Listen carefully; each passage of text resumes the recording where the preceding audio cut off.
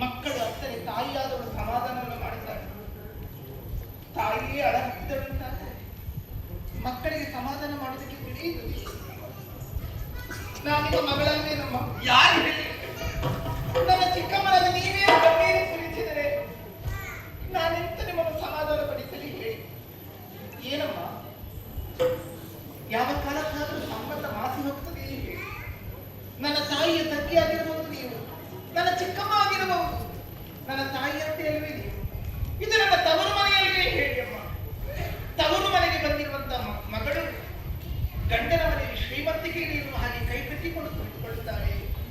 ತನ್ನ ಮನೆಯದು, ತನ್ನ ತವರು, ತನ್ನ ತಾಯಿಯ ಮನೆ ಎನ್ನುವ ಹಾಗೆ ಮನೆ ಕೆಲಸವನ್ನು ಸಂತೋಷದಲ್ಲಿ ಅವಳು ಮಾಡುವುದಿಲ್ವೇ? ಅದರ ಗೌರವಕ್ಕೆ ಕೊರತೆ ಇಲ್ಲವಲ್ಲ. ಹಾಗೆ ನಾನು ಇಲ್ಲಿ ಗೌರವದಲ್ಲಿ ಬದುಕಿದ್ದೇನಮ್ಮ. ನನ್ನ ಶೀಲ ಗೌರವನಿಗೆ ಯಾವ ಹಾನಿಯೂ ಆಗಿಲ್ಲ. ಆದರೆ ಈ ಮನೆ ಕೆಲಸ ಮಾಡೋದಕ್ಕೆ ನನಗೆ ನೋವಿಲ್ಲ, ದುಃಖವಿಲ್ಲ. ಆದರೆ ನೀವು ಆಡುತ್ತಿರುವಂತಹ ಮಾತುಗಳಿಗೆ ನನಗೆ ನೋವಾಗುತ್ತಿಲ್ಲ. ನಿಮ್ಮ ಮಗಳು ತಾಯಿ ನಾನು ಯಾವುದೇ ಕಾರಣಕ್ಕೂ ಸ್ಥಾನವನ್ನು ತೋರಿಸಿ ನನ್ನನ್ನು ಎತ್ತರದಲ್ಲಿರಿಸಿ ನಾನೊಂದು ಸಾಮ್ರಾಜ್ಞಿ ರಾಣಿ ಎನ್ನುವ ಹಾಗೆ ಆಡಿ ನೀವು ನನಗಿಂತ ಕನಿಷ್ಠರು, ನನಗಿಂತ ಕೆಳಗಿನವರು ಎನ್ನುವಂತಹ ಮಾತುಗಳನ್ನಾಡಿ ಸಂಬಂಧವನ್ನು ಸಂಬಂಧವನ್ನು ಕಡಿದುಕೊಳ್ಳಬೇಡಿ ಶ್ರೀಮಂತಿಗೆ. ನಾನು ನಿಮ್ಮ ಮಗಳು, ನಾನಿಗೆ ಸಂತೋಷದಲ್ಲಿ ಇದ್ದೇನೆ. ನಿಮ್ಮ ಮಗಳಾದ ಸುನೀತಿಯ ಸೇವೆಯನ್ನು ನಾನು ಮಾಡಿದ್ದೇನೆ.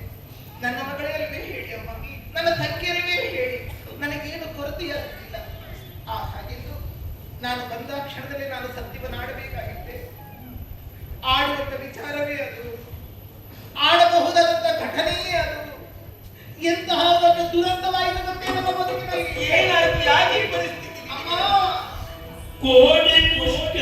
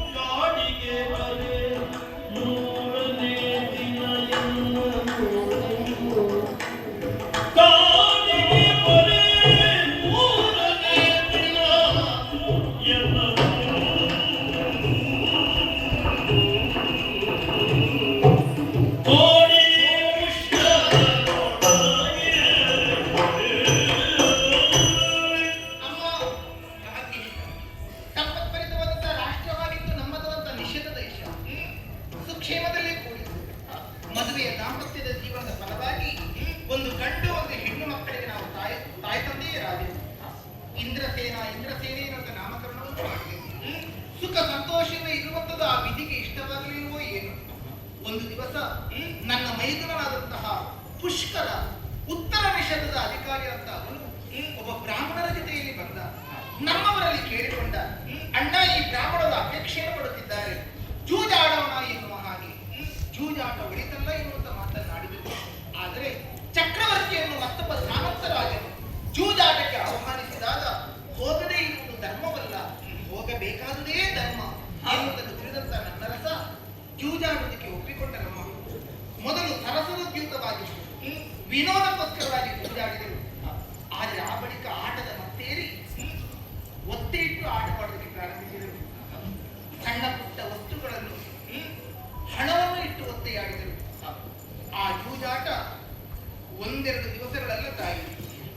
ಕೆಲವಷ್ಟು ವಾರಗಳೇ ಕಳೆಯಿತು. ಅಷ್ಟು ಸಂಪತ್ತು ನಮ್ಮಲ್ಲಿ ತುಂಬಿಕೊಂಡಿತ್ತು. ಕುಬೇರನ ಭಂಡಾರವೇ ನಿಷೇಧದಲ್ಲಿ ಸೇರಿಕೊಂಡಿತ್ತು. ಆದರೆ ಆ ಸಂಪತ್ತೆಲ್ಲವೂ ಕಳೆದು ಹೋಗುವುದಕ್ಕೆ ಪ್ರಾರಂಭವಾಯಿತು. ಈ ಜೂಜಾಟದ ವಿಷಮತೆಯನ್ನು ತಿಳಿದಿರುವಂತಹ ನಾನು ನನ್ನ ಮಕ್ಕಳನ್ನು ನಮ್ಮ ಸಾರಥಿಯಾದಂತಹ ವಾರ್ಷ್ಣೇಯನ ಜೊತೆಯಲ್ಲಿ ನಮ್ಮ ತವರು ಮನೆಗೆ ನಾನು ಕಳಿಸಿಕೊಂಡೆ. ಮುಂದಾಗುವುದಂತ ಅನಾಹುತ ಏನಿದ್ರು ಅದನ್ನು ನಾನು ಅನುಭವಿಸುತ್ತೇನೆ, ನನ್ನ ಮಕ್ಕಳನ್ನು ಅನುಭವಿಸುವುದು ಬೇಡ ಎನ್ನುವ ಹಾಗೆ.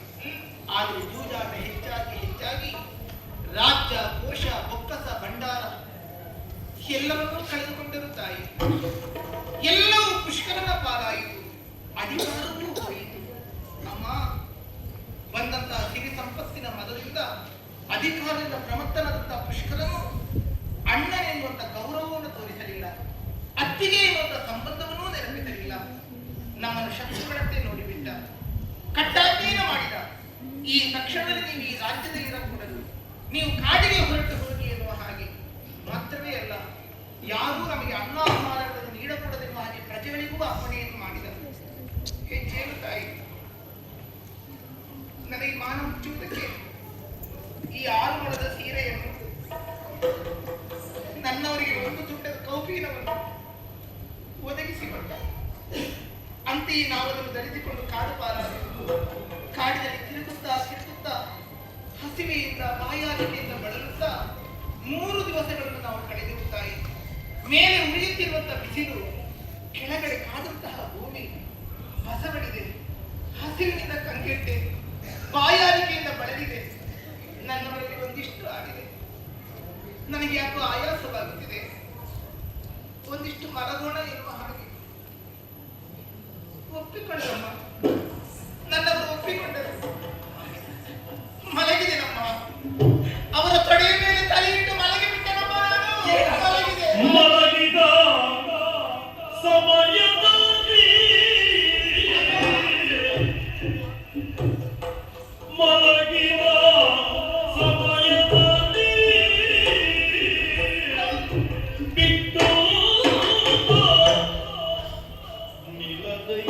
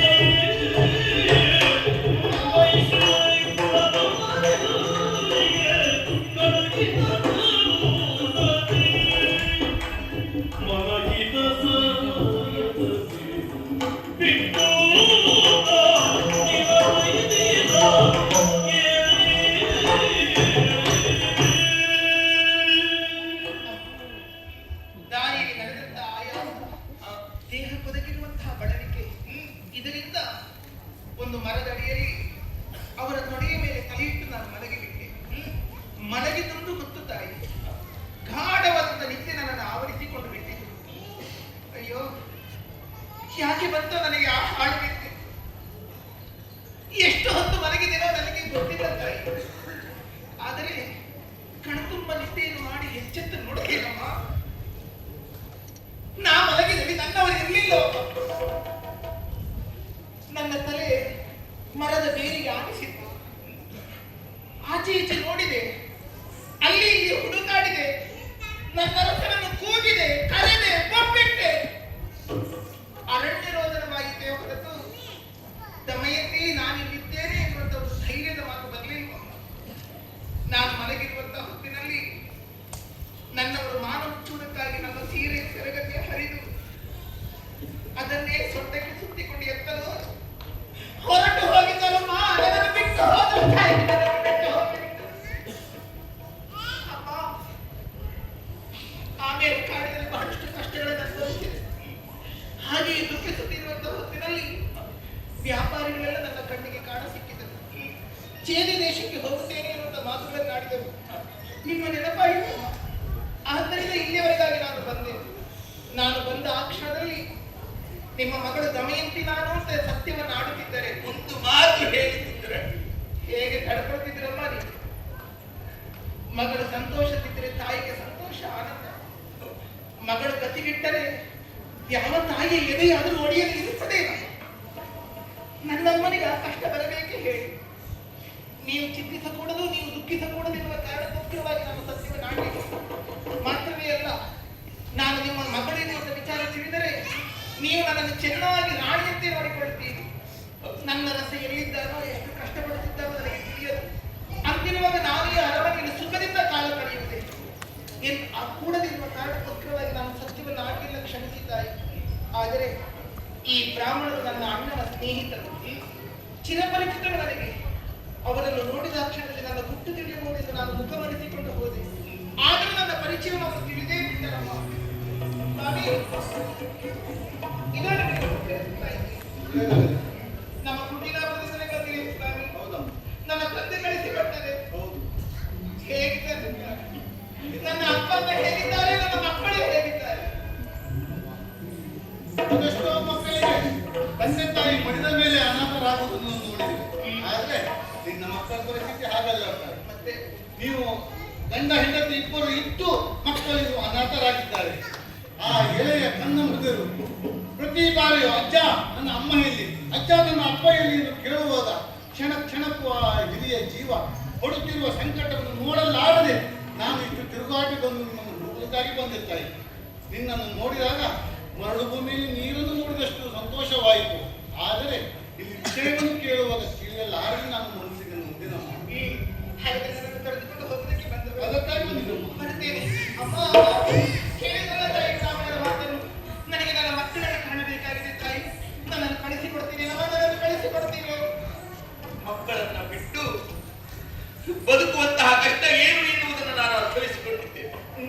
ಆದರೆ ನೀನು ಹೀಗೆ ಹೋಗುವುದಲ್ಲ ಮಗಳೇ. ಮತ್ತೆ ಸಾಮ್ರಾಜ್ಞೆನಿಸಿಕೊಂಡವಳು ನೀನು.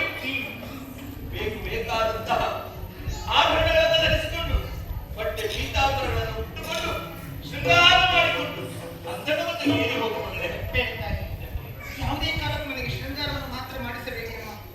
ಗಂಡನು ಕಷ್ಟದಲ್ಲಿರುವಾಗ ಹೆಂಡತಿ ಆದರೂ ಶೃಂಗಾರವನ್ನು ಮಾಡಿಕೊಳ್ಳಬೇಕು. ನನ್ನ ರಸ ಮಾನ ಮುಚ್ಚುವುದಕ್ಕಾಗಿ ನನ್ನ ಸೀರೆ ತೆರೆಗನ್ನೇ ಹರಿದು ಉಟ್ಟುಕೊಂಡು ಹೋಗಿದ್ದಾರೆ. ಅವರು ಹೇಗಿದ್ದಾರೋ ಏನಿದ್ದಾರೋ ಗೊತ್ತಿಲ್ಲ ನನಗೆ. ಅವರು ಎಲ್ಲಿದ್ದಾರೆ ಎನ್ನುವಂಥ ಸತ್ಯ ತಿಳಿಯುವ ತನಕ ನಾನು ಈ ಬಟ್ಟೆಯನ್ನಲ್ಲದೆ ಬೇರೆ ಬಟ್ಟೆಯನ್ನು ಉಟ್ಟುಕೊಳ್ಳಲ್ಲವಮ್ಮ. ಅಷ್ಟಕ್ಕೂ ಒತ್ತಾಯ ಮಾಡಿ ನೀವು ನನಗೆ ಶೃಂಗಾರ ಮಾಡುತ್ತೀರಿ ಅಂತಾದರೆ ದಮಯಂತಿಗೆ ಮಾಡುವ ಶೃಂಗಾರವಲ್ಲವದು, ದಮಯಂತಿಯ ಹೆಣಕ್ಕೆ ಮಾಡುವ ಶೃಂಗಾರ.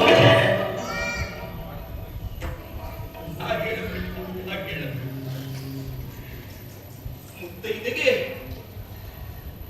ನಿಜವಾದ ಶೃಂಗಾರ ಅಂದರೆ ಏನು ಎನ್ನುವುದನ್ನು ನಾನು ಅರ್ಥವಿಸಿಕೊಂಡಿದ್ದೇನೆ.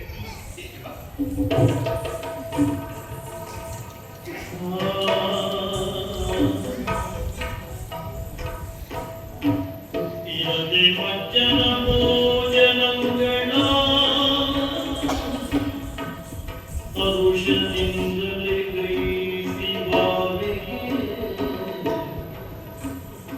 ಕುಂಕುಮ ಬಿರಿಸಿ ಬೀಳ್ಯವ ಶೀಘ್ರದಲ್ಲಿ ಬಂದಿದ್ದಕ್ಕೆ ಆಶೀರ್ವಾದ ಮಾಡಿ ಕಳಿಸುತ್ತಾರೆ. ಹೋಗಿ ಬರ್ತೇನಮ್ಮ, ಹೋಗಿ ಬರ್ತೇನೆ. ಹೋಗಿ ಬಗೆಯಂಗೆ ಭವ್ಯವಾಗಿ ಈ ಬಗೆಗಾದ ಒತ್ತಿದ ಪಕ್ಷಿ ಜಲಸಲಿ ಸಾಗಬೇಡಿ ಅಂಬಿ ಬೀಳ್ಕೊಡೆ.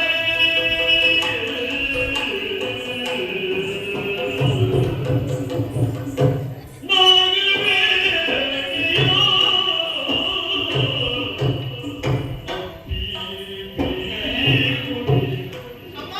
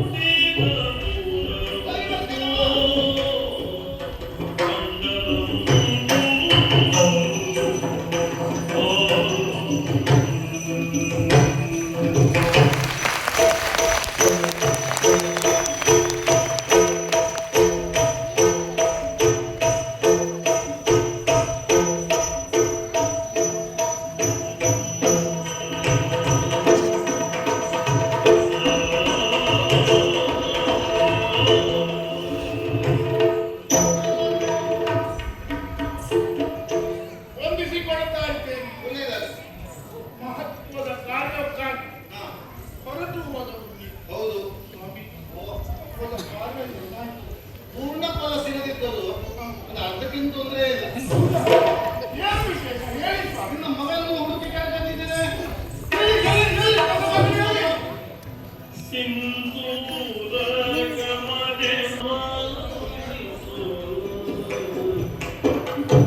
ತಾಯಿ ತಂದೆಯ ಬಳಿಗೆ ಶೋಕದೊಳು ತಾಯಿ ತಂದೆಯ ಬಳಿಗೆ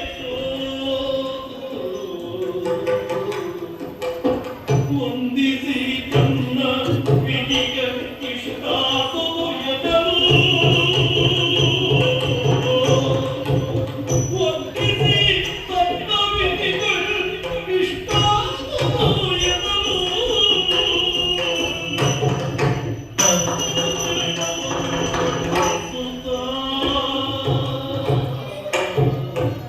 ಅಪ್ಪ ಅಪ್ಪ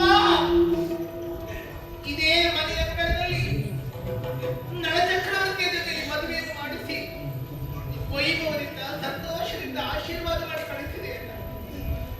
ಪಾರ್ವತಿ ಪರಮೇಶ್ವರನಂತೆ ಲಕ್ಷ್ಮೀ ನಾರಾಯಣನಂತೆ ಬದುಕಿ ಮಾಡಿ ಮಕ್ಕಳೇ ಇರುವ ಹಾಗೆ.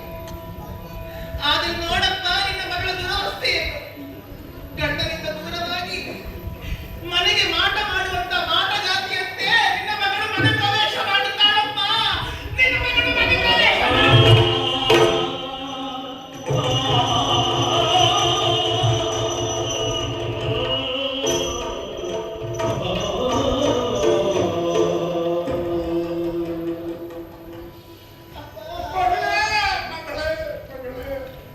ಕಡು ಮುದ್ದು ಮಗಳೇ ನೀ ಕೊಳ್ಳಲು ಬೇಡ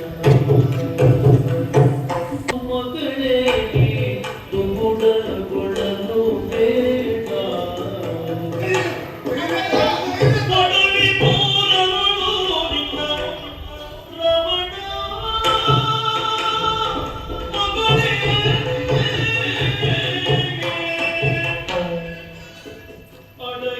ಅಡಗಿಕೊಂಡಿದ್ದರು ಬದುಕಿಸುವೆನು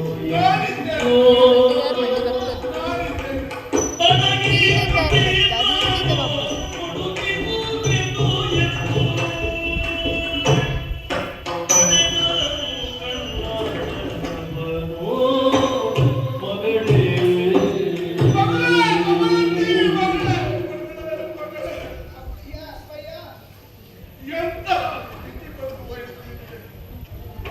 ಮುತ್ತಿನಿಂದ ಸಾಕಿ ಬೆಳೆಸಿದವ ನಳಚಕ್ರವರ್ತಿಯ ಮಡದಿಯಾಗಿ ಲೋಕದಲ್ಲಿ ಶ್ರೇಷ್ಠ ಹೆಣ್ಣಾಗಿ ಅವಳನ್ನು ನೋಡು. ಜೀವನದಲ್ಲಿ ಕಷ್ಟ ಸುಖ ಬಂದೇ ಬರ್ತದೆ. ಸುಖ ಬಂದಾಗ ಉಬ್ಬಬಾರದು, ಕಷ್ಟ ಬಂದಾಗ ಧೃತಿಗೆಡಬಾರದು. ಆದ್ರೆ ಮಗಳೇ, ಅಪ್ಪಯ್ಯ ಕಷ್ಟ ಬಂತು ಅಂತ ನಿನ್ನ ಅಪ್ಪನ ನೆನಪಾಗಲಿಲ್ಲ ಮಗಳೇ. ಇಲ್ಲ ಅಪ್ಪಯ್ಯ, ನಿನ್ನನ್ನು ಮರೆಯುವುದಿಲ್ಲ ಅಪ್ಪಯ್ಯ, ನಿನ್ನನ್ನು ಮರೆಯುವುದಿಲ್ಲ. ಹೆಣ್ಣಿಗೆ ಅವರಿಗಿಂತಲೂ ಶ್ರೇಷ್ಠವಾದ ಮನೆ ಇನ್ನೊಂದಿಲ್ಲ. ಅಂತ ಕಡು ಕಷ್ಟದಲ್ಲಿ ಗಂಡನೊಡನೆ ಬರಬೇಕಿತ್ತಲ್ಲ ಮಗಳೇ, ಯಾಕೆ ಬರಲಿಲ್ಲ? ಅಪ್ಪಯ್ಯ, ಆಡಿದ ನನ್ನವರಲ್ಲಿ ನಮ್ಮ ತಂದೆ ಮನೆಗೆ ಹೋಗೋಣ ಎನ್ನುವ ಆಸೆ. ಆದರೆ ಕೆಟ್ಟ ಮೇಲೆ ನೆಟ್ಟರ ಮನೆಗೆ ಹೋಗಕೂಡದಲ್ಲ. ಉಣ್ಣುವುದಕ್ಕಿಲ್ಲ ಉಡುವುದಕ್ಕಿಲ್ಲ ಎನ್ನುವ ಹಾಗೆ ಯಾರು ನೆಟ್ಟರ ಮನೆಗೆ ಮಾತ್ರ ಹೋಗಕೂಡದು. ಹೋದ್ರದ ಅವಮಾನ ಎನ್ನುವುದನ್ನು ನಿನ್ನ ಅಡಿಯನೇ ನನ್ನಲ್ಲಿ ಹೇಳಿದರಪ್ಪ. ಅವರ ಮಾತನ್ನು ಮೀರುವುದಕ್ಕಾಗುತ್ತೆ. ಆ ಕಾರಣಕ್ಕೆ ಬರಲಿಲ್ಲ. ನಿನ್ನ ಮೇಲೆ ಪ್ರೀತಿ ಇಲ್ಲ ಅಂತ ಅಲ್ಲ ಅಪ್ಪಯ್ಯ. ದಮಯಂತಿ, ಅಪ್ಪಯ್ಯ ಲೋಕದಲ್ಲಿ ಒಂದು ಮಾತು, ಏನಪ್ಪ? ನಮಗೆ ಅಗಾಧವಾದ ನೋವಾದರೂ ಸಹಿಸಿಕೊಳ್ಳುವುದನ್ನು ನಾವು ಹುಟ್ಟ ಮಕ್ಕಳಿಗೆ ಸಣ್ಣ ನೋವಾದರೂ ಸಹಿಸಿಕೊಳ್ಳುವುದಕ್ಕೆ ಸಾಧ್ಯವಿಲ್ಲವಂತೆ. ಅದಕ್ಕೆ ಅಲ್ವೇನಪ್ಪ ಈಗ ತಂದೆ ತಾಯಿಗಳಿನ್ನು ಪ್ರಪಂಚದಲ್ಲಿ ಸ್ವಾರ್ಥವಿಲ್ಲದ ಪ್ರೀತಿಯಂತಿರು ತಂದೆ ತಾಯಿಗಳು ಮಾತ್ರ ಬರಬೇಕು. ಆದರೆ ಚಕ್ರವರ್ತಿಯ ಉದಾತ್ತ ಗುಣದಿಂದಾಗಿ ಬರುವುದಕ್ಕೆ ಕಷ್ಟ ಸುಖ ಎಲ್ಲವನ್ನು ಅವಿಭಾಜ್ಯ ಅಂಗಗಳು. ಚಿಂತೆ ಮಾಡಬೇಡ, ನಿಮ್ಮನ್ನೇ ನಂಬಿ ಮಕ್ಕಳಿದ್ದು ಅಪ್ಪಯ್ಯ ಎಲ್ಲಿದ್ದಾರೆ ಅಪ್ಪಯ್ಯ? ನನ್ನ ಮಕ್ಕಳು ಎಲ್ಲಿದ್ದಾರೆ ಅಪ್ಪಯ್ಯ? ಕ್ಷಣವು ಅಮ್ಮ ಅಮ್ಮ ಅಮ್ಮ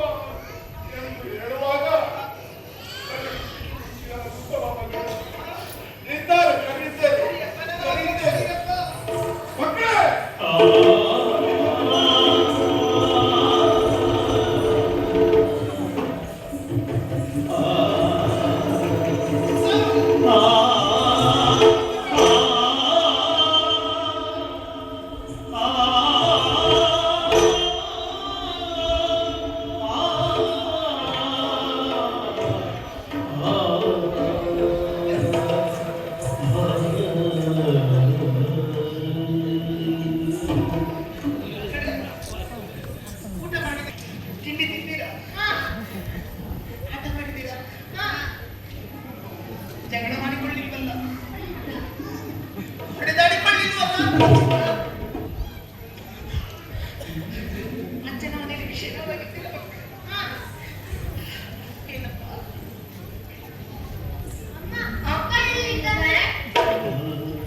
ಏನಪ್ಪ? ಅಪ್ಪಯ್ಯ, ಈ ಪ್ರಶ್ನೆಗೆ ನಾನು ಏನು ಉತ್ತರ ಕೊಡಬೇಕು?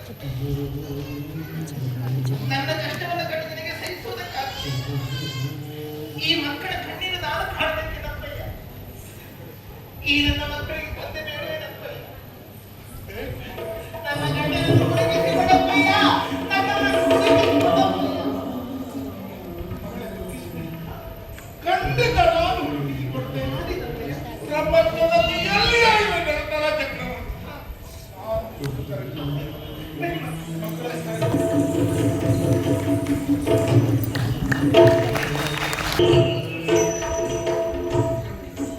ಪ್ರತಿನಿತ್ಯ ಕೊಡಗಿನ ಶೂಲವಾಗಿ ತೂಗಿಗೆ ಮೊದಲು ವೀಕ್ಷಿಸಲು ಅಸದಳವು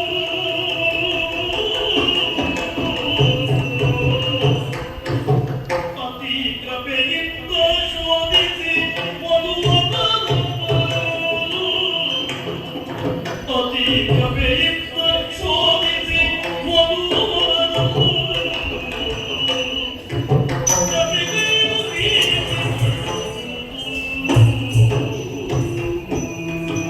ಸ್ವಾಮಿ, ನಿಮ್ಮ ಕಾರ್ಯಕ್ಕೆ ಧನ್ಯವಾದವನ್ನು ಹೇಳಲೇಬೇಕು. ಯಾಕೆ ಗೊತ್ತಾ? ನಿಮ್ಮ ಮೇಲಿಟ್ಟ ಭರವಸೆ ಖುಷಿಯಾಗಿ ಅಲ್ವೇ? ನಿಮ್ಮ ಕಾರ್ಯದಲ್ಲಿ ತಪ್ಪೇ ಆಗಿ ನನ್ನ ಮಗಳನ್ನು ಹುಡುಕಿಕೊಟ್ಟಿದ್ದಾನೆ. ಅಷ್ಟಕ್ಕೆ ಮುಗಿಯಿತು ಅಂತ ಖಂಡಿತ ಭಾವಿಸಬೇಕು. ನನ್ನ ಅಳಿಯ ಮಗಳ ಗಂಡ ಎಲ್ಲಿದ್ದಾನೆ ಎನ್ನುವುದು ಬೇಕಲ್ಲ ಮಹಾರಾಜ. ಕೈ ಮುಗಿದು ನಿಮ್ಮಲ್ಲಿ ಪ್ರಾರ್ಥಿಸುತ್ತೇನೆ ಅದನ್ನ ಗೊತ್ತಾ? ಸತಿ ಪತಿಗಳನ್ನು ಒಂದು ಮಾಡಿದ್ರೆ ಅದಕ್ಕಿಂತಲೂ ಪುಣ್ಯ ಕಾರ್ಯ ಎನ್ನುವುದು ಪ್ರಪಂಚದಲ್ಲಿ ಬೇರೆ ಇರುವುದು. ಹಾಗಾಗಿ ನನ್ನ ಅಳಿಯನ ಇರವನ್ನ ತಿಳಿದುಕೊಂಡು ಬರಬೇಕಲ್ಲ ಸ್ವಾಮಿ. ಮಗಳು ಸಿಕ್ಕಿದ ಮೇಲೆ ಅಳಿಯಬೇಕು ಇವಾಗ. ಆಗಲೇ ನಿನ್ನ ಇಚ್ಛೆಯಂತೆ ಆಗದೆ ನನ್ನ ಪ್ರಯಾಣ ಮುಂದುವರ್ತೀನಿ. ನಮೋ ನಮಃ.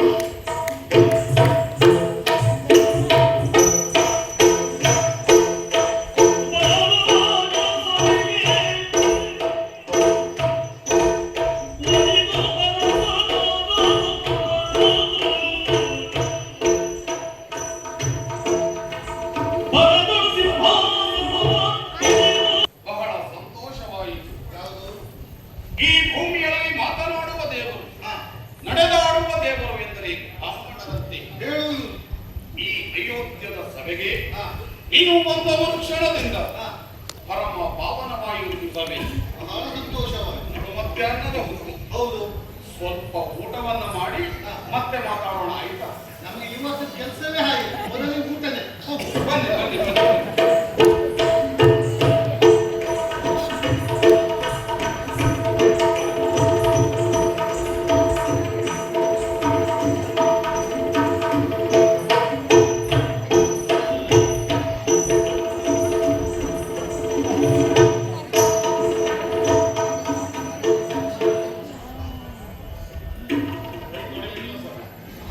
ಬರೀ ಒಮ್ಮೆ ತೊಳೆದಿದ್ದಲ್ಲ, ಎರಡೆರಡು ಬಾರಿ ತೊಳೆದಿದ್ದೀವಿ. ಆದ್ರೂ ಪುರಿ ಮಾಡ. ಅಷ್ಟು ಒಳ್ಳೆ ಊಟ.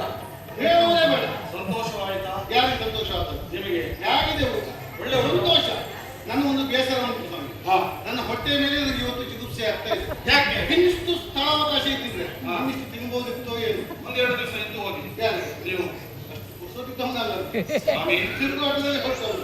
ಒಂದು ಹೊತ್ತ ಊಟದಲ್ಲೇ ನಿಮಗೆ ಸಂತೋಷವಾಯಿತು. ಆದ್ರೆ ಹಾ. ಯಾವ ರೀತಿ? ಒಂದು ಮಾತಿದೆ ಸ್ವಾಮಿ, ಏನು? ನೊಂದವನು ಶಪಿಸುವುದು ಬೇಡವಂತೆ, ಉಂಡವನ್ನು ಹರಸುವುದು ಬೇಡ ಅನಿಸಿತು. ಹೌದು. ಬಹಳ ಸಂತೋಷವಾಯಿತು.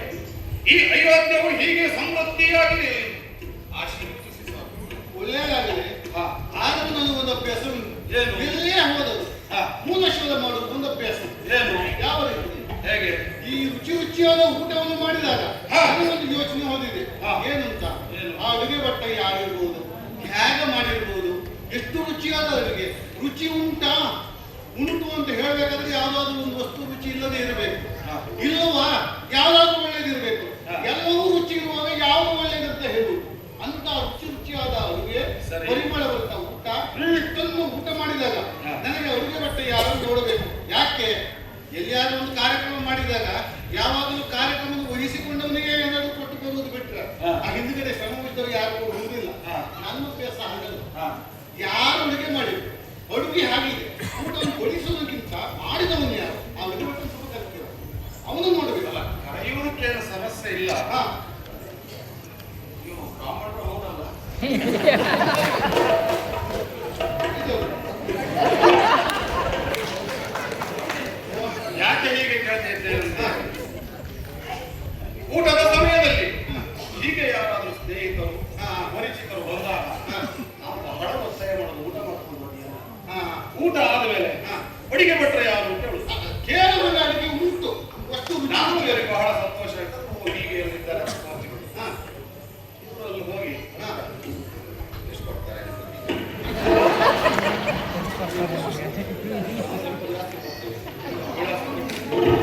ಹಾಗಲ್ಲ. ಅವರ ಅನುಭವದ ಮಾತು ಹಾಗಿರ್ಬೋದು. ಆದ್ರೆ ನನಗೆ ಅಡುಗೆ ಭಟ್ರ ಕೊರತೆ ಇಲ್ಲ. ಒಂದು ವೇಳೆ ಬೇಕಾದರೆ ನಿಮ್ಮಲ್ಲಿ ಬದಲಿಗೆ ವ್ಯವಸ್ಥೆ ಯಾರು ಇದ್ರು ಅವ್ರನ್ನ ಕರ್ಕೊಂಡು ಹೋಗ್ತೀನಿ. ನಿಮ್ಮ ಅಡುಗೆ ಭಟ್ರು ನನಗೆ ಬೇಡ. ನಂಬೋದಾ? ಏನೂ ತೊಂದರೆ ಇಲ್ಲ. ಯಾಕಂದ್ರೆ ಹೆಚ್ಚು ಕಡೆ ನಾನೇ ಅಡುಗೆ ಮಾಡೋದು ಉಂಟು. ಆದ್ರೆ ಈ ಅಡುಗೆ ರುಚಿಯಾದ ಕಾರಣ ಆ ಭಟ್ರು ಯಾರು ಅಂತ ನೋಡ್ಬೇಕು. ಹಾಗಾಗಿ ಸ್ವಲ್ಪ ಇದೆ. ನಂಬೋದಲ್ಲ ನಿಮ್ಗೆ? ಏನೂ ತೊಂದರೆ ಇಲ್ಲ. ಯಾರಲ್ಲಿ ಬ್ರಾಹ್ಮಣರು ಇದ್ದಾರೆ, ಅಡಿಗೆ ಭಟ್ರು ಇದ್ದಾರೆ.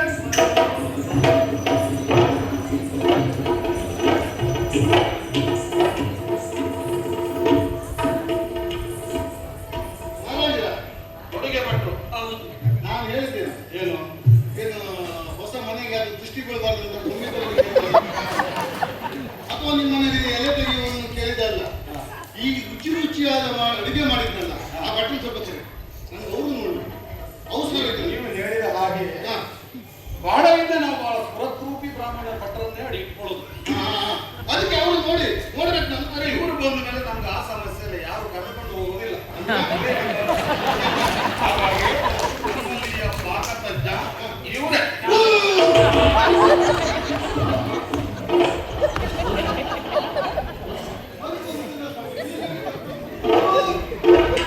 ಆ ಊಟ ಮಾಡುವಾಗಲೇ ನನಗೆ ಅನಿಸಿದ್ದೆ, ಇದು ಹೊಟ್ಟೆಗೆ ಹೆಚ್ಚಾಗಿದೆ, ಇಲ್ಲೇ ಕಪ್ಪಿ ಹೋಗ್ತಾ ಯಾಕಾಗಾಯ್ತು? ಮಹಾರಾಜ, ನನ್ನ ಜೀವಮಾನದಲ್ಲಿ ಎಲ್ಲಿ ಊಟ ಮಾಡಿದ್ರು ಅಡುಗೆ ಭಟ್ಟ ಯಾರು ಅಂತ ಕೇಳಿದ್ರೆ ಕೆಲಸ ಇವತ್ತೇ ಬಿಟ್ಟದೆ. ಅಲ್ಲ, ನೀವು ಊಟ ಮಾಡದೆ ಇರಬೇಡಿ, ಊಟ ಮಾಡಿದ್ರೆ ಅಡಿಗೆ ಭಟ್ರು ಯಾರು ಅಂತ ಕೇಳದೆ ಇಲ್ಲ. ಅಲ್ಲ, ಆದ್ರೆ ಹೋದಾಗ ಮೊದಲು ಅಡಿಗೆ ಭಟ್ರನ್ನ ನೋಡಿ ಆಮೇಲೆ ಊಟ. ಅಲ್ಲ, ಹಿಂದೆ ಹಾಗೆ ಮಾಡುವುದು. ನಾನು ತಿಳಿದಿದ್ದೆ ಅಯೋಧ್ಯೆ ಅಂತ ಹೇಳಿದ್ರೆ ಇಂಥ ಸ್ಥಳದಲ್ಲಿ ಅಂತಂತ ಅಡುಗೆ ಭಟ್ರು ಇರ್ಬೋದು ಅಂತ ಹೇಗಿರ್ಬೋದು ಅಂತ ನನಗೆ ಕಲ್ಪನೆಯಲ್ಲಿತ್ತು. ಆದ್ರೆ ನೀವು ಹೊರಗಡೆ ಎಲ್ಲ ಒಳಪಳ ಒಳಗಡೆ ಇಂಟರ್ನೆಟ್ ನೋಡಿ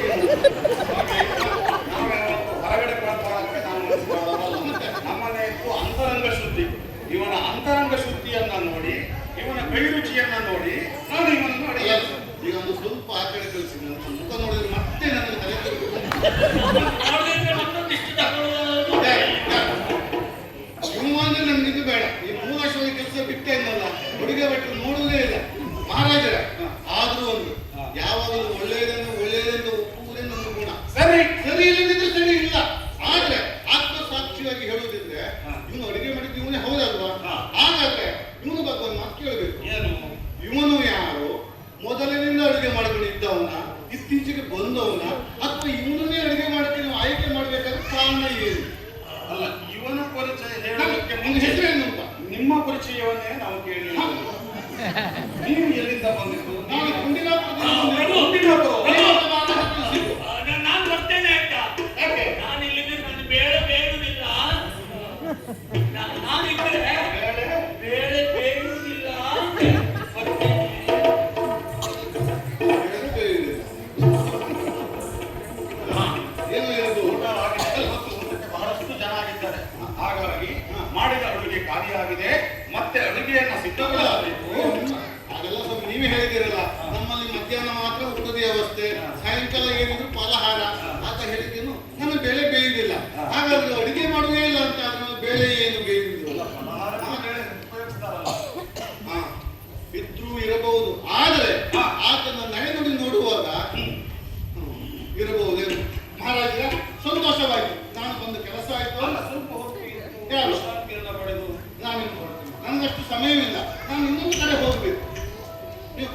ಕೊಡ್ತೀನಿ. ಸರಿ ಸರಿ ಸರಿ. ಒಳ್ಳೆಯದಾಗಿ. ಬರ್ತೇನೆ.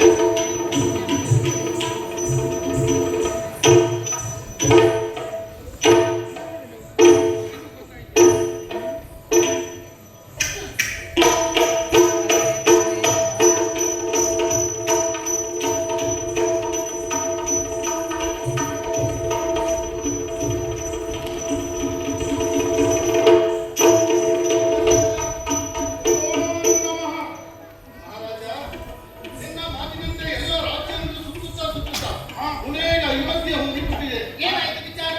ಅದರೊಳಗೆ ಬರುತ್ತ ಅಯೋಧ್ಯೆಯ ಹುಟ್ಟಿದು ಕೇಳಿ ನೀವು. ಪುರ ತೊರೆದು ಕೊಂಡ ಬಂದಿಸಿದರು ಕೇಳಿ ನೀವು. ಒಳಗಿನೊಳವನಲ್ಲಿ ಸೇರಿ ಕೊಟ್ಟಿಯ ನೋಡ ಕೇಳಿ ನೀವು. ಅದ್ಭುತ ಕತ್ತು ಮೈಸನ್ನೆಲ್ಲ ಡೊಕ್ಕುಗಳು ಕೇಳಿ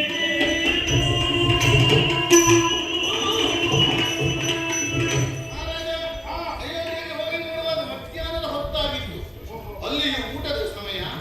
ಮೊದಲು ಊಟವನ್ನು ಮಾಡಿ ಅಂತ ಮಹಾರಾಜ ಹೇಳಿದಾಗ ಮೊದಲು ಊಟಕ್ಕೆ ಹೋದೆ. ಊಟವನ್ನು ಮಾಡುವಾಗ ಆ ರುಚಿಯಾದ ಊಟವನ್ನು ನನ್ನ ಜೀವಮಾನದಲ್ಲಿ ಎಲ್ಲಿಯೂ ಊಟ ಮಾಡಿಲ್ಲ. ಆದರೆ ಒಮ್ಮೆ ಊಟ ಮಾಡಿದ ಜ್ಞಾಪಕ ಬಂತು. ಒಮ್ಮೆ ಅಂತ ಅಪಾಕವನ್ನು ಉಂಟು ಜ್ಞಾಪಕ ಬಂತು. ಏನು ಸ್ವಾಮಿ, ನೀವೆಲ್ಲಿಗೂ ಹೋಗಿದ್ದು ನಳಲ್ಲಿ ಅಡುಗೆ ಮಾಡ್ಲಿಕ್ಕಿರುವುದಕ್ಕೆ ಸಾಧ್ಯ ಉಂಟಾ? ನಾನು ಅದನ್ನೇ ಯೋಚನೆ ಮಾಡಿದೆ, ವಿಚಾರಿಸಿದರೆ ವಿಚಾರಿಸಿದೆ. ಯಾವ ರೀತಿ ಸ್ವಾಮಿ ನಿಮ್ಮ ಅಡುಗೆ ಭಟ್ರು ಸ್ವಲ್ಪ ನೋಡ್ಬೇಕು, ನನಗೆ ಕರೀರಿ ಎಂದು. ಮೊದಲಿಗೆ ಆಗುದಿಲ್ಲ ಅಂತ, ಯಾಕಂದ್ರೆ ಅವರಿಗೆ ಒಂದು ಸ್ವಲ್ಪ ಭಯ ಇದೆ ಅಂತ. ಆದರೂ ಒತ್ತಾಯ ಪೂರ್ವಕವಾಗಿ ಅಡುಗೆ ಭಟ್ಟನನ್ನು ಕರೆದಾಗ ಅವನ ಮುಖವನ್ನು ನೋಡಿದೆ. ನೋಡಿದಾಗ ಅಡುಗೆ ಭಟ್ಟ ಬಿಡಿ, ಅವನನ್ನು ಮೂರು ಲೋಕದಲ್ಲಿ ಅಂತ ಕುರುಪಿ ಅಂತ ರೂಪನೇ ಇಲ್ಲ. ಕುರುಪಿ ಕುರುಪಿ ಯಾವ ಯಾವ ರೀತಿ ಅವನ ಕೈಯಲ್ಲೋ ಕಣ್ಣೆಲ್ಲೋ ಬಾಯಿಯಲ್ಲೋ ಅವನ ದೇಹದ ಆಕೃತಿ ಒಂದಕ್ಕೊಂದು ಸಂಬಂಧವೇ ಇಲ್ಲ. ಅಂಕುಡಂಕುಗಳು. ಹೌದು, ಡೊಳ್ಳು ಹೊಟ್ಟೆ. ಅವನನ್ನು ಹಾಗೆ ವಿಚಾರಿಸುವಂತ ಮತ್ತೆ ಕೇಳಿದೆ, ಇವ ಎಲ್ಲಿಯವ, ಎಲ್ಲಿಂದ ಬಂದವನಂತ ಮೊದಲಿಂದಲೂ ಅಯೋಧ್ಯೆಯಲ್ಲಿ ಕೇಳಿದೆ ನಾನು. ಹಾಗೆ ಬಿಡುವಂತ. ಆಗ ಹೇಳಿದ, ಇವನು ಇಲ್ಲಿಯವನಲ್ಲ, ಇತ್ತೀಚೆಗೆ ಬಂದು ಸೇರಿಕೊಂಡವನು ಇವನು. ಹಿಂದೆ ನಳಚಕ್ರವರ್ತಿ ಆಸ್ಥಾನದಲ್ಲಿ ಇದ್ದವನಂತೆ. ಈಗ ಹೆಸರಂತೆ. ಅವನ ಹೆಸರು ಬಾವುಕ ಏನು. ಸರಿ ಸರಿ, ಹಾಗಾದ್ರೆ ಮೊದಲಾಗಿ ಬಂದು ಅಡುಗೆ ಭಟ್ಟನಾಗಿ ಕೆಲಸಕ್ಕೆ ಸೇರಿದರು. ಅದನ್ನು ವಿಚಾರಿಸಿದೆ ನಾನು. ಅದಕ್ಕೆ ಆತನು ಬಂದು ನಿಮ್ಮಲ್ಲಿ ಅಡುಗೆ ಮಡಿಗೆ ಬಂದಿದ್ದ ಅಲ್ಲ, ಅವನು ನಮ್ಮಲ್ಲಿ ಮೊದಲು ನಳ ಚಕ್ರವರ್ತಿಯ ಆಸ್ಥಾನದಲ್ಲಿ 1000 ಕುದುರೆಗೆ ಸರದಾರನಾಗಿದ್ದಾನಂತೆ. ಅಲ್ಲ, ಕುದುರೆಯ ನಾಯದಲ್ಲಿ ಇರಬೇಕಾದಂತ ಒಬ್ಬ ಸರದಾರನು ಅಡುಗೆ ಮನೆಗೆ ಹೇಗೆ ಹೋಗ? ಹೇಗೆ ಹೋದ? ಅದು ಅಷ್ಟು ರುಚಿಯಾಗಿ ಅಡುಗೆ ಮಾಡ್ತಾನೆ. ಹೇಗೆ ಮಾಡ್ತಾನೆ? ನಾನು ಅದನ್ನು ಬಿಡ್ತೀನ? ಹಾಗೆ ಒಂದೊಂದೇ ಪ್ರಶ್ನೆಯನ್ನು ಆತನು ಕೇಳುವಾಗ ಆತ ಹೇಳಿದ, ಒಮ್ಮೆ ಬ್ರಗಬೇಟೆಗೆ ಹೋದಾಗ ಎಲ್ಲರೂ ದಿಕ್ಕಾಪಾಲಾಗಿ ಹೋದರಂತೆ. ಒಂದು ಸಿಂಹವನ್ನು ಒಟ್ಟಿಸಿಕೊಂಡು ಬಂದಾಗ ಭಯದಿಂದ ಮಹಾರಾಜ ಓಡುವಾಗ ಯಾರೋ ಒಂದು ಜೊತೆ ಇರಲಿಲ್ಲಂತೆ. ಬಾವುಕನ್ನು ಒಬ್ಬನು ಬಿಟ್ಟು ತದನಂತರ ಆ ಸಿಂಹವನ್ನು ಕೊಂದು ಇವನಿಗೆ ವಿಪರೀತ ಹಸಿವಾದಾಗ ಬಾವುಕ ತಿನ್ನಲು ಏನಾದರೂ ಕೊಡು ಎಂದು ಕೇಳಿದರು. ಆ ಹೊತ್ತಿಯ ಕಾಡಿನಲ್ಲಿ ಏನೂ ನನ್ನಲ್ಲಿ ಇಲ್ಲ, ಬಳಸಿದ ಅನ್ನ ಉಂಟು, ಅದನ್ನೇ ನಿಮಗೆ ಎಷ್ಟು ಕೊಡುತ್ತೇನೆ, 4 ದಿನ ಆಗಿತ್ತು ಅಂತ ಹೇಳಿದ ಮಾತು. ಆದರೆ ಹಸಿವನ್ನು ತಾಳಲಾರದಂತ ಋತುಪರ್ಣ ಆ ಅನ್ನವನ್ನು ತಿಂದು ನೋಡಿದ ಕ್ಷಣ ಆತನಿಗೆ ಇನ್ನೆಲ್ಲದ ಸಂತೋಷವಾಗಿ ಅವನಿಗೆ ಅಂದಿನಿಂದ ಕುದುರೆ ಲಾರಿಯ ಕೆಲಸವನ್ನು ಬಿಟ್ಟು ಅವನು ಅಡುಗೆ ಭಟ್ಟನಲ್ಲಿ ಸೇರಿಸಿಕೊಂಡನು. ಅಲ್ಲಿ ದಣಿವಾಗಿರ್ಬೇಕು, ಹಾಗಾಗಿ ಯಾರು ಕೊಟ್ಟರು ರುಚಿ ಅಂತ ಅನಿಸ್ತಾನೆ ಅವನಿಗೆ. ಹಾಗೆ ಇರಬಹುದು. ಆದರೆ ಅದೇ ಅಡುಗೆ ಭಟ್ಟ ಇನ್ನು ಮಾಡಿದ ಅಡುಗೆಯನ್ನು ನಾನು ಊಟ ಮಾಡಿದಾಗ ನನಗೂ ಹಾಗೆ ಯೋಚನೆ ಮಾಡಿತ್ತು. ಅಡುಗೆ ನೋಡುವಾಗ ಹಾಗೆ ಇಲ್ಲ, ಅದು ನಳ ಚಕ್ರವರ್ತಿಯ ಅಡುಗೆನೆ. ಆದರೆ ಅವನನ್ನು ನೋಡುವಾಗ ಅವನು ಒಂದಕ್ಕೊಂದು ಸಂಬಂಧವೇ ಇಲ್ಲ. ಇದನ್ನು ನಮಗೇನಾಗ್ತದೆ? ನನಗೆ ಇಷ್ಟೆಲ್ಲ ಅಯೋಧ್ಯೆಯಲ್ಲಿ ಋತುಪರ್ಣನ ಆಸ್ಥಾನದಲ್ಲಿ ವಿಶೇಷವಾದಂತ ಒಬ್ಬ ಅಡುಗೆ ಭಟ್ಟನಿದ್ದಾನೆ. ಅಷ್ಟೇ ಗೊತ್ತಾಗುತ್ತದೆ. ನೀವು ಅವನನ್ನು ನಾನು ಅವನ ಕಡೆ ವಿಚಾರಿಸಿದೆ. ಅವನ ಮಾತು ಕೇಳುವಾಗ ನನಗೆ ನನಗೆ ಸಂಶಯವಾಗುವುದವರ ಮಾತಿನ ಮೇಲೆ ಕೇಳಿ ನೀವು. ನನಗೆ ಸಂಶಯವಾಗುವುದವರ ಮಾತಿನ ಮೇಲೆ ಕೇಳಿ ನೀವು. ನನ್ನ ಚಿಹ್ನೆಗಳ ನೋಡಿ ನಳನಂತೆ ಹೋಗುವುದು, ನನ್ನ ಚಿಹ್ನೆಗಳ ನೋಡಿ ನಳನಂತೆ ಹೋಗುವುದು ಕೇಳಿ ನೀವು.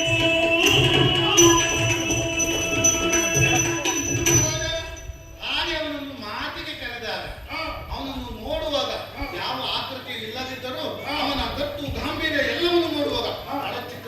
ಹಾಗೆ ಇದ್ದಾನೆ, ರೂಪದಲ್ಲಿ ಕುರುಚಿ. ಆಗ ಅವನನ್ನು ಒಂದೊಂದೇ ಕೇಳುವ ಕಾಲ ನೀವು ಯಾರು ಎನ್ನುವ ಮರುಪ್ರಶ್ನೆ ನನ್ನಲ್ಲಿ ಹಾಕಿದ.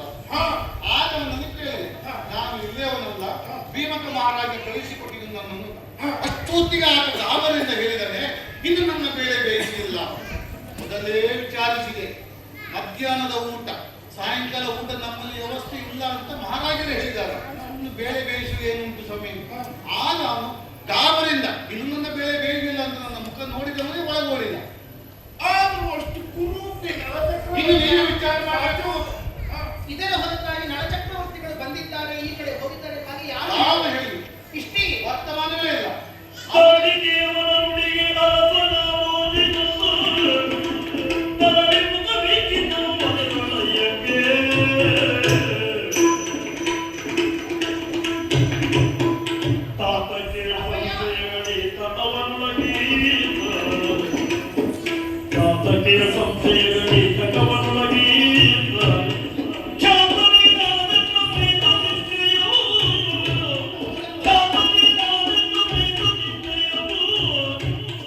ಯಾರು ತಿಳಿಯದ ಹಾಗೆ ಬಾಕಿ ರೂಪಗಳನ್ನು ಯಾರು ತಿಳಿಯದ ಹಾಗೆ ಬಾಕಿ ರೂಪಗಳನ್ನು ಸೇರಿಕೊಂಡು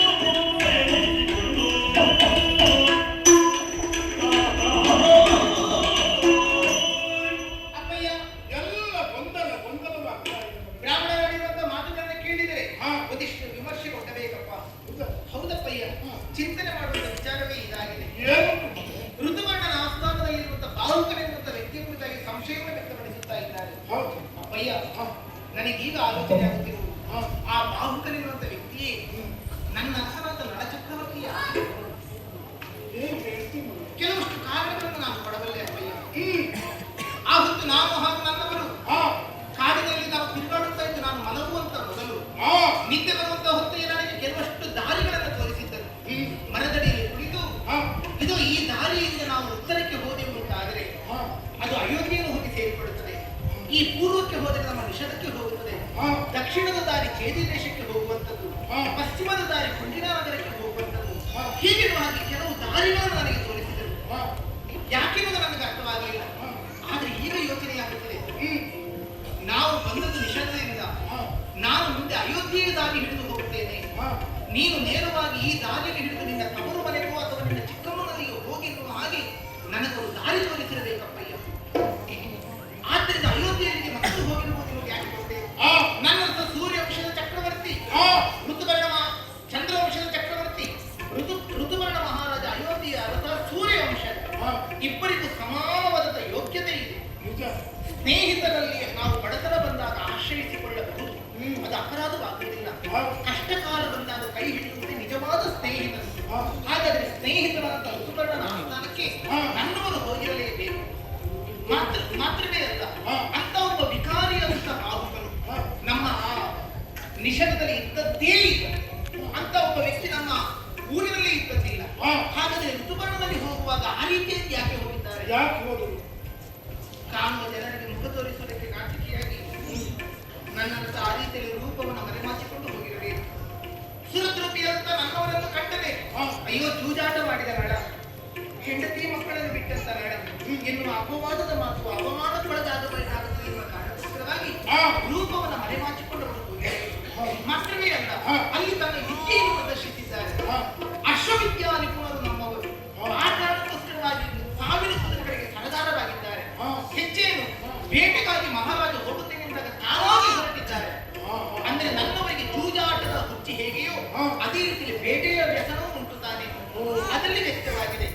ಕಾಡಿನಲ್ಲಿ ಕಂಗೆಟ್ಟಂತಹ ಮಹಾರಾಜ ಹಸಿವಿನಿಂದ ಬಳಲಿದ.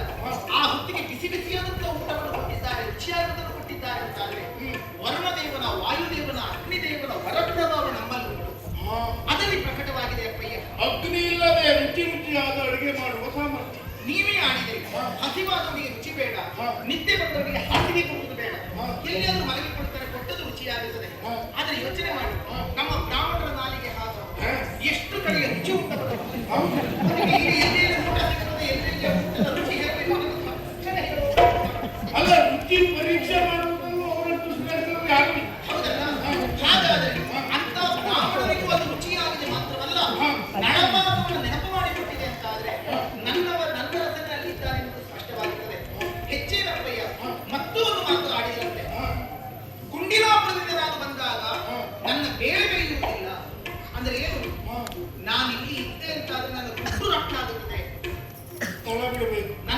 ರಹಸ್ಯವು ಪ್ರಪಂಚಕ್ಕೆ ತಿಳಿಯುತ್ತದೆ. ಆಗ ನಾನು ಮರೆಯಾಗುತ್ತೋಳಿ ಇಲ್ಲಿದ್ರೆ ನನ್ನ ಬೇಡವೇ ಇರುವುದಿಲ್ಲ ಎನ್ನುವುದನ್ನು ಆಡಿಯಲ್ಲಿ ಹೊರಟು ಹೋಗಿದ್ದಾರೆ. ಮಾತ್ರವೇ ಅಲ್ಲ, ಯಾವ ವ್ಯಕ್ತಿಯೇ ಆಗಿರಲಿ ರೂಪವನ್ನು ಮರೆಮಾಚಿಕೊಳ್ಳಬಹುದು, ಆದರೆ ತನ್ನ ಗಾಂಭೀರ್ಯವನ್ನು, ತನ್ನ ವಿದ್ಯೆಯನ್ನು, ತನ್ನ ವರ್ಚಸ್ಸನ್ನು ಮರೆಮಾಚಿಕೊಳ್ಳುವುದಕ್ಕೆ ಸಾಧ್ಯವೇ ಇಲ್ಲ. ವ್ಯಕ್ತಿತ್ವವನ್ನು ಬಿಡುವುದಕ್ಕೆ ಸಾಧ್ಯವೇ ಇಲ್ಲ. ದೇವತೆಗಳ ಅನುಗ್ರಹ ಉಂಟು. ಎಂತಹ ಕಿರಿದಾದ ಬಾಗಿಲೇ ಇದ್ದಕ್ಕೂ ಕೂಡ ನಳಚಕ್ರವರ್ತಿ ತಲೆದಕ್ಕಿಸಿಕೊಂಡು ಹೋಗಬೇಕಾಗುತ್ತಿಲ್ಲ. ನಳಚಕ್ರವರ್ತಿ ಬರುತ್ತಿದ್ದರೆ ಬಾಗಿಲು ತಾನಾಗಿ ಎತ್ತರವಾಗಿ ಅವನಿಗೆ ಪ್ರವೇಶಕ್ಕೆ ಅವಕಾಶವನ್ನು ಕೊಡುತ್ತದೆ. ಹಾಗಾದ್ರೆ ಅಂತ ಗೂನುಬೆನ್ನು ವಿಕಾರಿಯಾದಂತವರು ಧೀರತೆಯಿಂದ ನಿಲುವನ್ನು, ಗಾಂಭೀರ್ಯದ ನಿಲುವನ್ನು ನಿಂತುಕೊಂಡಿದ್ದಾರಂತಾರೆ. ನನ್ನ ಅರಸನಾದ ನಳಚಕ್ರವರ್ತಿಯೇ ಹೌದು. ಇಷ್ಟೆಲ್ಲ ಯೋಚನೆಯನ್ನು ಮಾಡಿ ನೋಡಿದರೆ ಅಯೋಧ್ಯೆಯ ಋತುಪರ್ಣನ ಆಸ್ಥಾನದಲ್ಲಿರುವಂತಹ ಬಾಹುಕನೆ ವಿರುದ್ಧ ವ್ಯಕ್ತಿ ನನ್ನ ಅರಸನಾದ ನಳಚಕ್ರವರ್ತಿಯೇ ಹೌದಪ್ಪ. ಅದನ್ನು ಪರೀಕ್ಷೆ ಮಾಡುವುದೇ ಒಂದು ಉಪಾಯ ಮಾಡುವುದು. ದಾರಿ ಇದೆ.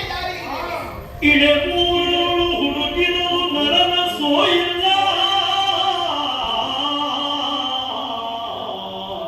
ಇಳೆಮೂರ ಹುಡುಕಿದರು ನರನ ಸೋಯಿಲ್ಲ, ನಿಲ್ಲದೆ ಪುನರಪಿ ಸ್ವಯಂವರಗೈವೆ ಬಾಲಿಕೆಗೆ,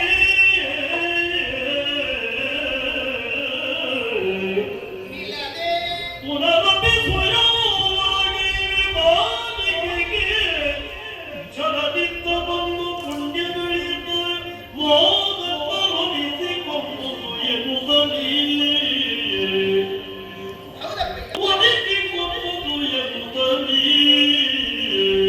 ಅಪ್ಪಯ್ಯ, ಕಳುವುಲೆ ಕಣಗಳ ಸಕಲ ರಾಯನ ಬಳಿಗೆ, ಕಳುಗುಲೆ ಗಣಗಳ ಸಕಲ ರಾಯರ ಬಳಿಗೆ ಸರೆ ಮದುವೆ ನಾಳೆಯಮ್ಮಿ ದಿವ್ಯ ಸಂಜೆಗಳು, ಚಲವ ಋತುಪರ್ಣನವರಿಗೆ ಚೆಲುವ ಋತುಪರ್ಣದಲ್ಲಿಯೇ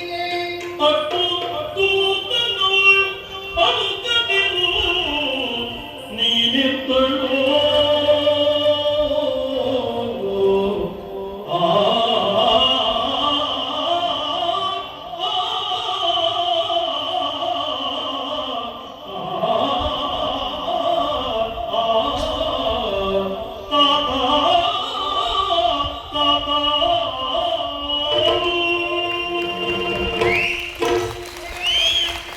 ಅಪ್ಪಯ್ಯ, ಋತುಪರ್ಣದ ಮಹಾರಾಜನ ಆಸ್ಥಾನದಲ್ಲಿ ಬಂದ ಬಾಹುಕನೆ ಅಂತ ವ್ಯಕ್ತಿಯನ್ನು ನಮ್ಮ ಕುಂಟಿನ ನಗರಕ್ಕೆ ನಾವು ಕರೆಸಿಕೊಂಡೆವು ಅಂತಾದರೆ ನಿಜವಾದ ರೂಪ ಅದೇ ಅಥವಾ ವೇಷವನ್ನು ಮರೆಮಾಚಿಕೊಂಡಂತ ನಳಚಕ್ರವರ್ತಿಯೇ ಎನ್ನುವುದನ್ನು ನಮಗೆ ತಿಳಿಯುವುದಕ್ಕಾಗಿರುತ್ತದೆ.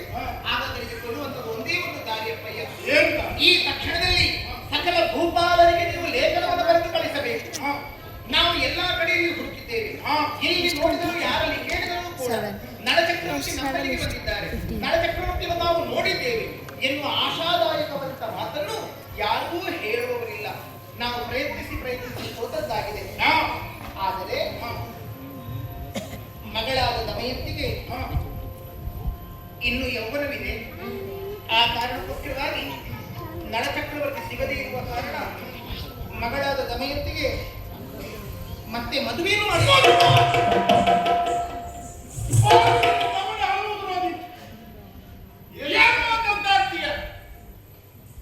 ಲೋಕದಲ್ಲಿ ಎಲ್ಲರ ಮದುವೆಗೆ ಪೂರ್ವರನ್ನು ಬಂದು ಅಕ್ಷತೆ ಹಾಕಿದ್ರೆ ನಿನ್ನ ನಳನ ಮದುವೆಗೆ ಸುರರ ಒಂದು ಅಕ್ಷತೆಗಳಾಗಿ ನಿನ್ನ ಪ್ರಾಯ ಇಬ್ಬರು ಮಕ್ಕಳಿರುವ ಹೆಂಡಸು ನೀನು, ಇನ್ನೊಂದು ಮದುವೆಯಾಗುವ ಚಾಪಲ್ಯವು ನೋಡಿದವರು ಏನಂತಾರೆ?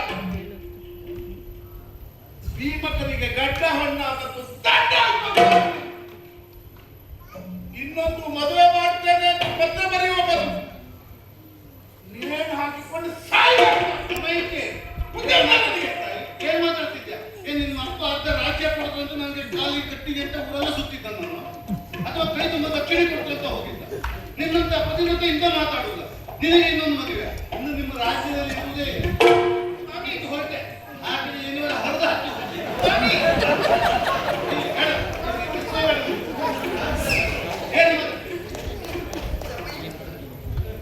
ನಿನ್ನಂತವ್ರು ಹೇಳುವ ಮಾತು. ಸಿಕ್ಕಿನ ಕೈ ಮುಟ್ಟಿಯನ್ನು ಕೊಟ್ಟು ಉದ್ದೇಶವನ್ನು ಕಳೆದುಕೊಂಡೆ. ಒಂದಿಷ್ಟು ಸಮಾಧಾನವಾಗಿ ಯಾವುದು ಅಪ್ಪ ಇದು ಏನು ಮದುವೆ ಮಾಡಿ. ಅಯ್ಯ, ನಿನ್ನ ಮಗಳನ್ನು ನೀನು ಇಷ್ಟೇನಪ್ಪ ಅರ್ಥ ಮಾಡಿಕೊಂಡಿಲ್ಲ. ನಾನು ಮತ್ತೆ ಮದುವೆಯಾಗುತ್ತೇನೆ ಎಂಬ ಮಾತನ್ನು ಕೇಳಿದಾಗ ನಿನಗೆ ಸಹಿಸುವುದಕ್ಕಾಗುತ್ತಿಲ್ಲ. ಆದ್ರೆ ಆ ಶಬ್ದ ಹೇಳೋದಕ್ಕೆ ನನಗೆ ಎಷ್ಟು ಕಷ್ಟವಾಗಿದೆ ಗೊತ್ತೇನಪ್ಪ. ಮತ್ತೆ ಹೇಳಿದ್ಯಲ್ಲ, 2 ಮಕ್ಕಳ ತಾಯಿಯಾಗಿದ್ದೇನೆ. ನಳಚಕ್ರವರ್ತಿಯಲ್ಲಿ ಸುಖ ಸಂಸಾರವನ್ನು ಹೊಂದಿದ್ದೆ. ನನಗೆ ಮತ್ತೆ ಮದುವೆಯ ಆಸೆ ಇದೆ. ಅದರಲ್ಲಿಯೂ ನಾನು ಆ ಮದುವೆಯ ಕಾಲದಲ್ಲಿ ದೇವತೆಗಳೇ ಬರ್ತಿದ್ದರಲ್ಲ ನನ್ನನ್ನು ಬಯಸಿ. ನಾನು ದೇವತೆಗಳನ್ನಾದ್ರೂ ಮದುವೆಯಾಗಿದ್ದೇನೆ. ಖಂಡಿತ ಇಲ್ವಲ್ಲ. ಹಾಗಿರುವಾಗ ನಳನೇ ನನ್ನ ಪತಿಯಲ್ಲದೆ ದೇವತೆಗಳಲ್ಲ, ದೇವತೆಗಳು ಕುರಿಗೆ ಸಮಾನ ಎನ್ನುವಂತ ಮಾತನಾಡಿದ ನಾನು ಈಗ ನನ್ನ ಅರಸ ಇಲ್ಲ ಎನ್ನುವ ಕಾರಣಕ್ಕೋಸ್ಕರವಾಗಿ ಮತ್ತೆ ಮದುವೆಯಾಗುವವಳೆ ಇಲ್ಲ ಅಪ್ಪಯ್ಯ. ಕೇವಲ ನನ್ನವರನ್ನು ಬರೆಸಿಕೊಳ್ಳೋದಕ್ಕೆ ಇದೊಂದು ದಾರಿ ಮಾತ್ರ. ಅಪ್ಪ, ನೀವು ಯಾರಿಗೆ ಹೇಳಿಕೆಯನ್ನು ಕೊಡ್ತೀರೋ ಬಿಡ್ತೀರೋ ನನಗೆ ಗೊತ್ತಿಲ್ಲ. ಆದರೆ ಋತುಪರ್ಣ ಮಹಾರಾಜನಿಗೆ ಮಾತ್ರ ನೀವು ಒಂದು ಹೇಳಿಕೆಯನ್ನು ಕೊಟ್ಟು ಕಳಿಸಲೇಬೇಕು. ಯಾಕಂದ್ರೆ ಇದೊಂದು ನಾಟಕ ಒಬ್ಬ ಆ ಬಾಹುಕನೆಯ ಒಂದು ವ್ಯಕ್ತಿನಿಗೆ ಬರೆಸಿಕೊಳ್ಳೋದಕ್ಕೆ ನಾವು ದಾರಿಯನ್ನು ಮಾಡ್ತಾ ಇದ್ದೀವಿ. ಮಗಳಾದಂತಹ ದಮಯಂತಿಗೆ ದಶಮಿಯ 13 ಗಳಿಗೆ ನಾವು ಮದುವೆಯನ್ನು ಮಾಡುತ್ತೇವೆ ನೋಡುತ್ತದೆ. ಆದರೆ ಋತುಪರ್ಣನಿಗೆ ಹೇಳಿಕೆ ಕೊಟ್ಟಬೇಕಾದದ್ದು ಯಾವಾಗ ಇರುತ್ತೆ? ನವಮಿಯ ಸಂಜೆಯಲ್ಲಿ ಹೋಗಿ ಹೇಳಿಕೆ ಕೊಡಲಿ. ಅಲ್ಲಿರುವಂತದ್ದು ನನ್ನ ನಳಚಕ್ರವರ್ತಿಯ ಬಾಹುಕರಾಗಿರುತ್ತಾರೆ. ಅಶ್ವವಿದ್ಯಾ ನಿಪುಣರಾದಂತಹ ಅವರು ಕೇವಲ ರಾತ್ರಿ ಬೆಳಗಾಗುವುದರೊಳಗಾಗಿ ನಮ್ಮ ಊರಿನಲ್ಲಿ ಖಂಡಿತವಾಗಿ ಬಂದು ನಿಲ್ಲುತ್ತಾರೆ. ಹೆಂಡತಿಯ ಕುರಿತ ಎಷ್ಟು ಪ್ರೀತಿ ಇದೆ ಅಂತ. ಯಾವ ಗಂಡನು ನನ್ನ ಹೆಂಡತಿಗೆ ಮತ್ತೊಂದು ಮದುವೆ ನಡೆಸುತ್ತಾನೆ. ಪ್ರೇಮವುಳ್ಳಂತ ನಮ್ಮ ಗಂಡ ಬಂದೇ ಬರುತ್ತಾರೆ. ಮಾತ್ರವಲ್ಲ, ಆ ಅಯೋಧ್ಯೆಯಿಂದ ಈ ನಮ್ಮ ನಿಷೇಧಕ್ಕೆ 200 ಯೋಜನೆಗಳ ದೂರವಿದೆ. 15 ದಿವಸಗಳ ಪ್ರಯಾಣವಿದೆ. ಉಳಿದವರಿಗೆ ಅಷ್ಟು ಸುಲಭದಲ್ಲಿ ಬರೋದಕ್ಕೆ ಸಾಧ್ಯವಿಲ್ಲ. ಆದರೆ ನನ್ನ ನಳಚಕ್ರವರ್ತಿ ಇದ್ದರೆ ಖಂಡಿತವಾಗಿ ಇಲ್ಲಿಗೆ ಬಂದೇ ಬರುತ್ತಾರೆ. ಆದರೆ ಅವರನ್ನು ಇಲ್ಲಿಗೆ ಕಳಿಸಿಕೊಳ್ಳಪ್ಪಯ್ಯ. ನಾನು ಅವರನ್ನು ಸರಿಯಾದ ಆಲೋಚನೆ ನಿನ್ನದು. ಅರ್ಥವಿಸಿಕೊಳ್ಳದೆ ಚಿಂತೆ ಮಾಡಬೇಕು. ನನಗೆ ಹೇಳೋ ಮಾತು ಮೊದಲು ಹೇಳಿದ್ರೆ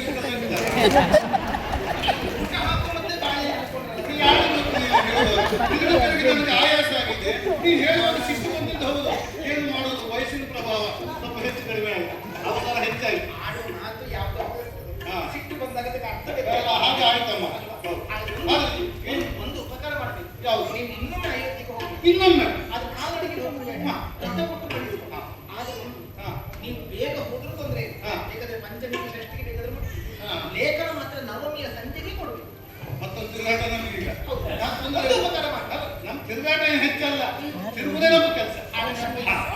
ಹೇಳಿಕೆ ಕೊಟ್ಟು ಆಯ್ತು.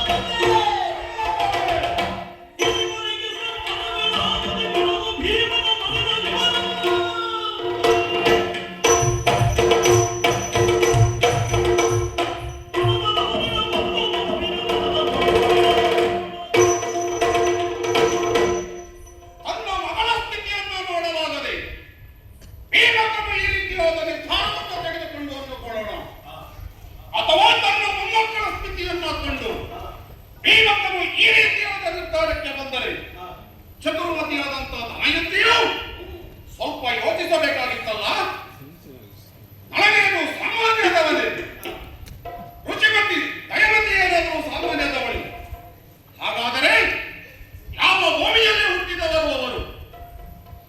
ಪತಿಯು ಸತ್ತಾಗ ಸತೆಯು ಪತಿಯ ಚಿತೆಗೆ ಹಾರಿ ಸಾಲಮನ ಪದ್ಧತಿಯಿಂದ ತನ್ನ ದೇಹಾಂತ್ಯವನ್ನು ಬಳಸಿ ಇಹದಲ್ಲಿ ಅಲ್ಲ ಪರದಲ್ಲಿಯೂ ಪತಿಯನ್ನ ಸೇರುತ್ತೇನೆಂಬ ನಂಬಿಕೆ ಇರುವ ಅದೆಷ್ಟು ನಾರಿಯರು ಹುಟ್ಟಿ ಬೆಳೆದಂತ ನಾಡು ಇದು. ಈ ನಾಡಿನಲ್ಲಿ ಒಬ್ಬ ಅರಸರನ್ನ ಕಡೆಗಣಿಸುತ್ತಿದ್ದಾರೆ ಎಂದಾದರೆ ಗಿರಿಯಮ್ಮನು ಚಂದ್ರನನ್ನು